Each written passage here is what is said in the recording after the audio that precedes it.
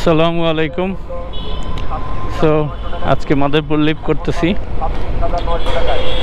গতকালকে GoPro top করে রাখতে হয়েছিল বৃষ্টির কারণে।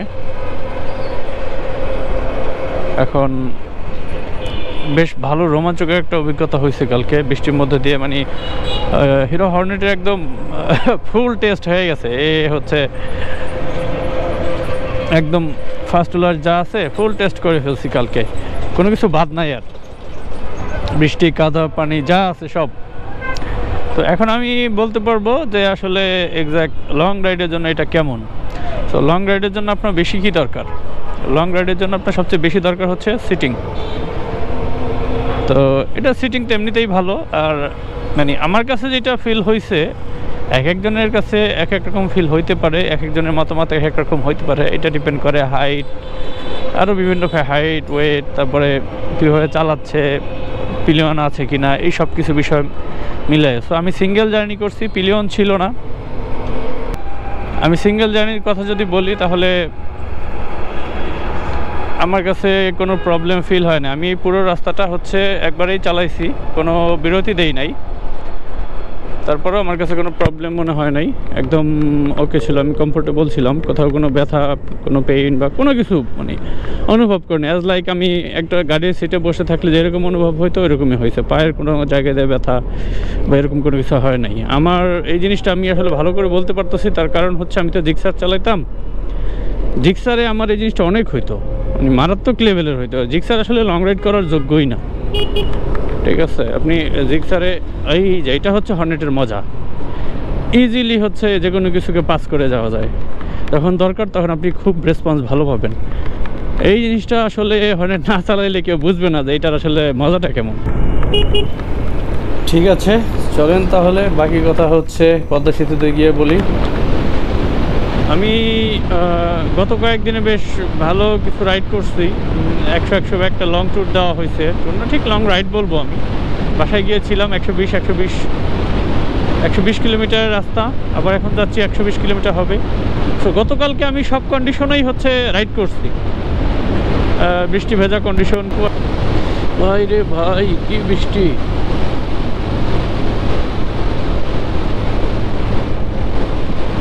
এদিকে এখনো বৃষ্টি হচ্ছে ভাই, তো বিপদ। কুয়াশা আর কি বৃষ্টি। ভালোই তো বৃষ্টি হচ্ছে, আমি বুঝতে পারতেছি না।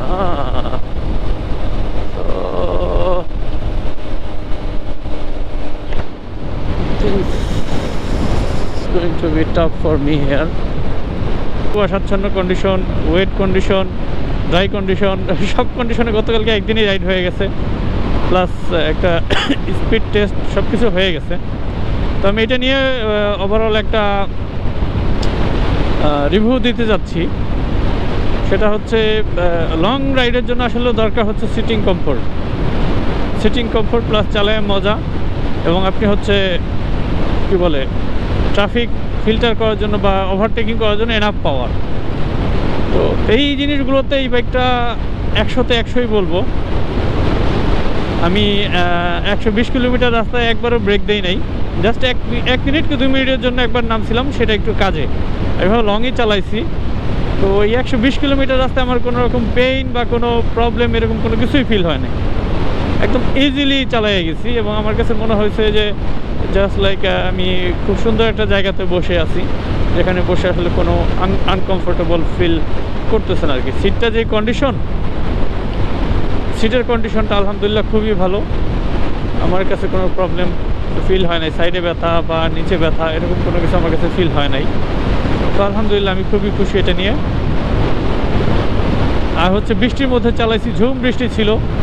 বৃষ্টির মধ্যে চালানোতে বৃষ্টির মধ্যে ব্রেকিং ফিডব্যাক বা ওয়েট রাস্তায় ব্রেকিং ফিডব্যাকটা কেমন সেটা বুঝতে পারছি। কোনো রাস্তায় আমি বৃষ্টির মধ্যে 80+ স্পিডেও চালাইছি, দরকার হয়েছে অনেক সময়। প্লাস ওভারটেকিংও করছি, আমি বেশ ভালো লেভেলে ওভারটেকিং করতেছি। ওইটা ওয়ান ওয়ে রাস্তা বলতে মানে ছোটো একটা হাইওয়ে রাস্তা, জাস্ট ওইটার কোনো মানে 2 ওয়ে না আর কি। যেই রাস্তা দিয়ে যায় ওই রাস্তা দিয়েই আসে।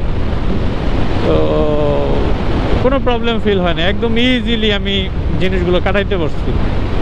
এবং সবচেয়ে বড় ব্যাপার হচ্ছে ওভারটেকিংয়ে যে পাওয়ার, এটা আপনি ইজিলি চাইলেই খুব সুন্দরভাবেই একটা বাসকে ক্রস করে যেতে পারবেন, আপনার কোনো রকম পাওয়ারের কমতি হবে না এইসব জায়গাতে। তো ব্যাপারটাও অস্থির। ব্রেকিংও অসাধারণ ছিল।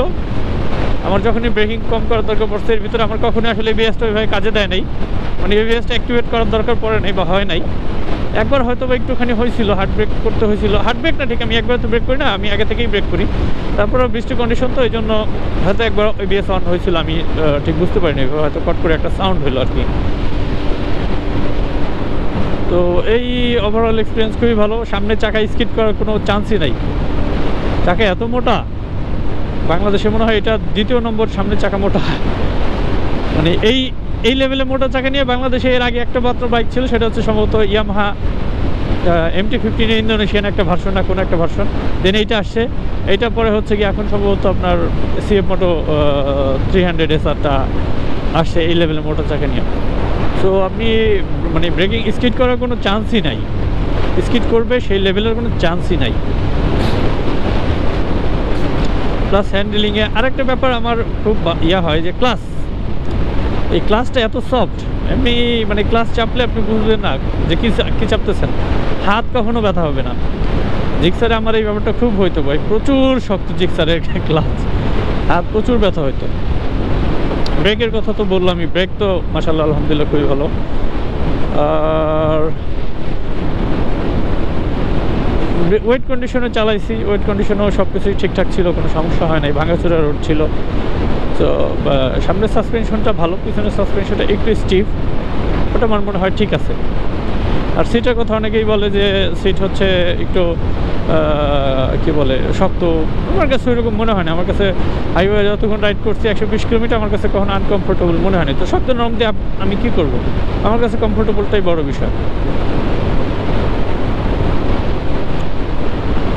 Horn up to the mark না, হর্ন একটু ভালো হলে ভালো হতো। হেডলাইটের অবস্থা রাতে তো চালাইলাম, হেডলাইট আসলে একটু আলো কম, কিন্তু আমার কাছে কোনো প্রবলেম, আমি 90+ স্পিডে চালাচ্ছি কিন্তু কোনো প্রবলেম হচ্ছে না। প্রবলেম বলতে বাতাসে ঝাঁকাঝাঁকি, কাঁপাকাঁপি প্লাস আনস্টেবিলিটি যেটা হয় ওরকম কোনো কিছু হচ্ছে না, একটা চলছে স্মুথলি। অনেকেই হর্নেটের ইঞ্জিন ভাইব্রেশন নিয়ে কিছু জানতে চাইলেন, বা অনেক জায়গায় আমি দেখছি যে ইঞ্জিন ভাইব্রেশন হয়, বা অনেকেই বলছে কেমন। তো ভাই ইঞ্জিন ভাইব্রেশন হর্নেটে নাই, টু বি অনেস্ট হর্নেটে ইঞ্জিন ভাইব্রেশন একদমই নাই। আমি যে 80+ স্পিড চালাচ্ছি 83, 84, হ্যাঁ এতেও আমি কোনো ইঞ্জিন ভাইব্রেশন ফিল করি নাই, কখনোই না। তো ইঞ্জিন ভাইব্রেশন বা এই টাইপের প্রবলেম হোন্ডার কোনোটাতেই নেই আমি যতদূর জানি বা যতদূর দেখছি। আমি হোন্ডা এক্সব্লেড, হর্নেট এটা চালাইছি, আমার কাছে কোনোটাতেই মনে হয় না যে ইঞ্জিন ভাইব্রেশন হয় বা আছে। কারণ হোন্ডা ওয়ার্ল্ডে নাম্বার 1 বাইক ম্যানুফ্যাকচারার। তো তারা যখন কোনো বাইক ম্যানুফ্যাকচার করে তাদের রিফাইন্ড এবং সব কিছু কোয়ালিটি ওইরকমই হয়, কোয়ালিটি চেকটা তাদের অসাধারণ হয়, আর ইঞ্জিন রিফাইনমেন্টও অসাধারণ। যার কারণে ভাইব্রেশন বলতে কোনো কিছু হোন্ডা ইঞ্জিনে কখনো থাকে না। আর যদি এরকম ঘুমফুম হইতো তাহলে তো আপনার হোন্ডা 1 নম্বর পজিশনে আসতো